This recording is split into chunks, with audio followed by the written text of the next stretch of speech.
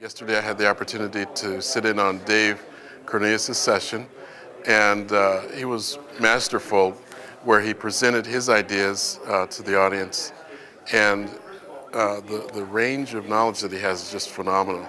But he was able to break it down into logical sequences so that everyone could, comprehend the information and then apply it to their situation.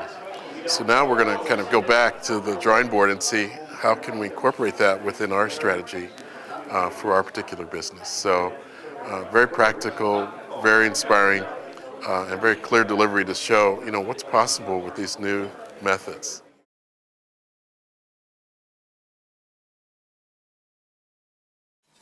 So now we have to deliver, right, which is the hard part. We read all the statistics of how terrible IT is at delivering value to the organization, right? We have all the statistics. Most IT process management improvement projects fail 70% of the time. Couldn't do that in manufacturing. Couldn't do that if you were producing drugs, right? just think about the relevance. If you start comparing industries, you could not get away with that. But here we go back to what ITIL says. This is the industry best practices. So this is what you're going to deliver to the organization. And underneath this diagram, you would have documents that represent the processes that you will deliver. You will have training, right? You'll have systems that'll help to support how do you really go through and build some definition in terms of how do I bring 1,000 licenses of Microsoft into our organization and distribute it and really retire it. At some point you have to retire it, but one of the other things that happens is that if someone leaves our organization, we never ever reclaim that license. That's where it's another big dinger for you, right? We want to establish how we're going to measure our success. So we start by looking at what are the critical success factors for doing software asset management.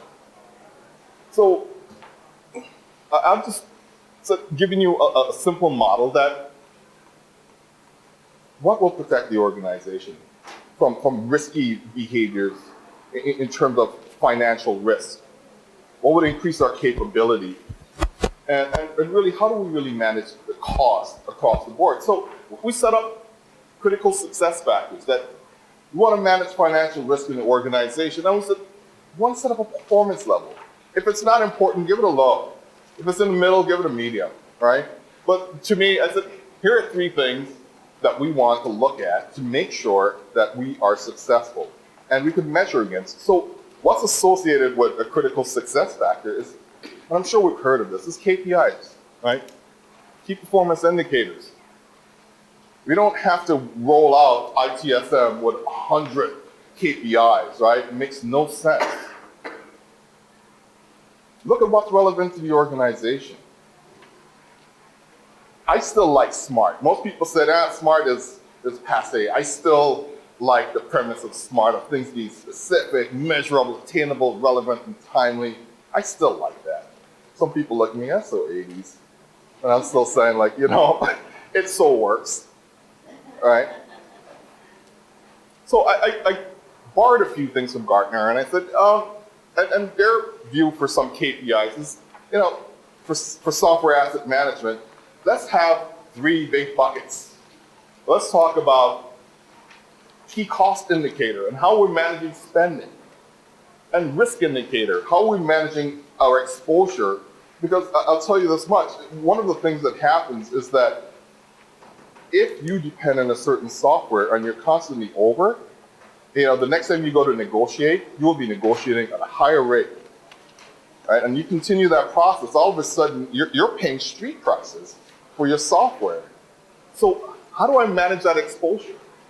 And what is the quality of the data that I'm collecting and measuring so that I could really look at how much software do I have in inventory? How much did I buy? How much did I use? How much did I reclaim? How much did I retire? And as we live in a global world, it becomes even more and more complicated. And I was at a customer that I was putting in SAM, and here we had offices in India, and China, and here, and everywhere, and it's just trying to manage like, whoa, how do we really bring this process together and manage the data quality? So centralization was part of the answer. Now, you have some really cool tools that you could leverage to implement this. HP Asset Manager is one of them, right? Everyone knows ServiceNow. Altiris metering, so when you install software, when you reclaim it, when you retire it, right? This is one tool that you can use to do that. If you're on the service side, you can leverage something like Blade Logic. And to make sure that you have all your assets in a single place, then you need a CMDB of some sort. And HP is just one of them. I'm just listing things. And from an ERP perspective, you have PeopleSoft.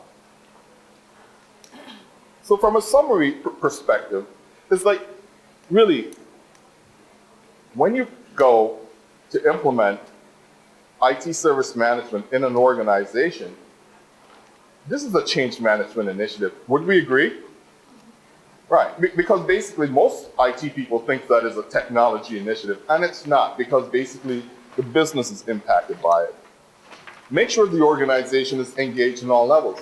Get that executive sponsorship. It's really, really important at some point. You may start organically, but eventually you need to leapfrog up so that he could be someone who could help you across the board.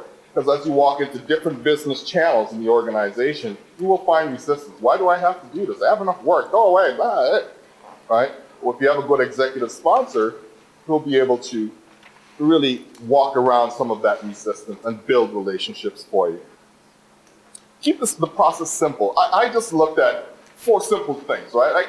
Easy to remember. I could evaluate, I could strategize, I could orchestrate, I could deliver, and do continual improvement. Keep it simple. Because basically, eventually, you want to make sure that that language is transferable into the business as well. You want to make sure that, so what's going on with your evaluate process?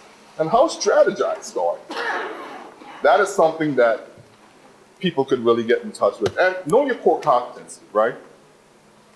If SAM is not your expertise, if ITSM is not your expertise, go hire a consultant. Bring them in to just do that part of the work.